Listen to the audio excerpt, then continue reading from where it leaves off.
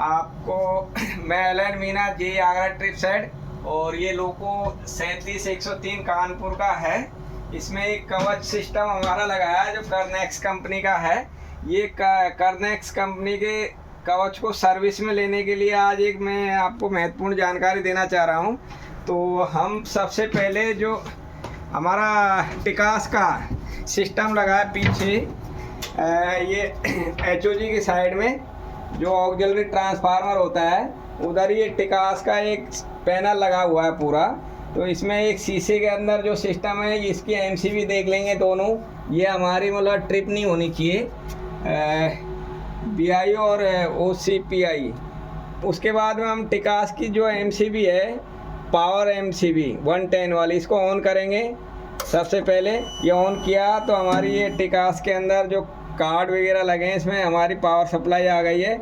उसके बाद में इसके अंदर बॉक्स को खोलेंगे और ये बॉक्स में एक स्विच लगा हुआ है जिसका 2 पोजीशन है, एक बाईपास और एक नॉर्मल। तो हम इसको नॉर्मल करेंगे, ये ऑन कर दिया, इसको हम नॉर्मल करेंगे। अब हम रेयर कैप की तरफ चलेंगे जो हमारा ये नॉन वर्किंग कैप है। इसमें हमारा ये टिकास का जो डीएमआई पे जो लगा हुआ है ये लीडिंग में होना चाहिए, और इसका जो हमारा बीआईयू इमरजेंसी ईएम कॉक है जो हमारा नॉर्मल होना चाहिए। तो मैंने ये बाहर की तरफ निकाला तो ये नॉर्मल हो गया। जो हमारा ये इलेक्ट्रिकल स्पेंडल है वो बाहर निकल गया है, तो ये नॉर्मल पोजीशन है। अगर ये दब गया तो ये आइसोलेशन पोजीशन है। और इसके बाद में इलेक्ट्रिकल का ये हमारा एक कॉक है, इसको हम नॉर्मल कर देंगे। तो ये कैप की जो रेयर कैप की जो कार्रवाई है, प्रोसेस है, वो पूरा हो गया। अब मैं लीडिंग कैप की तरफ चलूँगा जिसमें हम वर्किंग करेंगे। तो वर्किंग कैप में हम क्या क्या फंक्शन करते हैं, क्या क्या रिक्वायरमेंट होती है। तो हम सबसे पहले वर्किंग कैप में आए। वर्किंग कैप में आने के बाद में इसमें भी E70 में दोनों कैप में लगा होता है इमरजेंसी आइसोलेशन कॉक EMI। तो इसको हम सर्विस में कर देंगे। और जो ये हमारा इलेक्ट्रिकल है इसको भी हम नॉर्मल कर देंगे। अब ये हमारा नीचे का प्रोसेस पूरा हो गया। अब हम देखेंगे इसमें ब्रेक टेस्ट हो रहा है। ब्रेक देखो, ये इन्होंने टिकास ने ऑटोमेटिक A9 टेस्ट किया है। अब देखो वापस ये रिलीज कर रहा है। रिलीज करने के बाद में हमारा SA9 को मतलब टेस्ट करता है। तो अब इसमें लिखा आ गया है select train configuration press confirm button.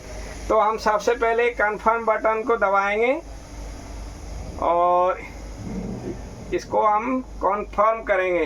Confirm करने के बाद में हम कर्सर के माध्यम से लाइट इंजन लेके आएंगे। तो ये लाइट इंजन को हमने इंटर मारा, फिर वो वापस हम दोबारा कर्सर से लाइट इंजन पर आएंगे, फिर इंटर मारेंगे, फिर वो जो एक बार हम इसको कर्सर से लाइट इंजन पर लेके आएंगे और इसको कंफर्म करेंगे। अब ये कंफर्म हो गया। अब ये हमारा select staff responsible shunting mode में आ गया। ये सिम्टम हमारा दिख रहा है। तो ये हमारा कवच है वो सर्विस में आ गया है। अब कवच की हम कुछ टेस्टिंग करेंगे। जैसे इन्फो में जाएंगे, इन्फो में जाने के बाद में हम कंफर्म करेंगे। कंफर्म करने के बाद में देखो हमारा ये कैब 1 का हॉर्न है, ये कैब 2 का हॉर्न है। जैसे वर्किंग कैब अभी मेरी 2 है तो 2 का मेरे को हॉर्न बजाना है। तो ये मैं 2 को सेलेक्ट करूँगा तो मेरा हॉर्न का मतलब विसिलिंग होगी।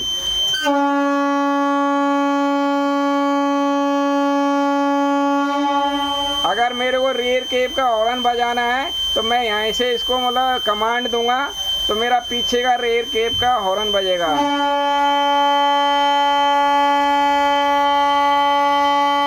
तो मैंने इस कवच में हॉर्न की टेस्टिंग करी। अब मैं वापस मतलब एग्जिट कर देता हूँ। एग्जिट करके बाहर निकल गया हूँ और ये मेरा बंद कर दो।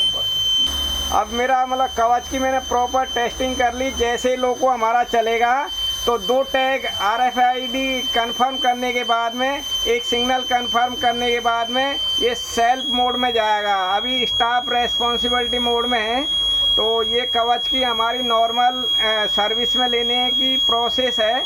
और जैसे जैसे हमने सर्विस में लिया आइसोलेशन के लिए भी हम वैसे वैसे इसमें से आउट होंगे। सेम प्रोसेस है, जैसे आपने एंट्री मारी वैसे आपको बाहर निकलना है। धन्यवाद साथियों।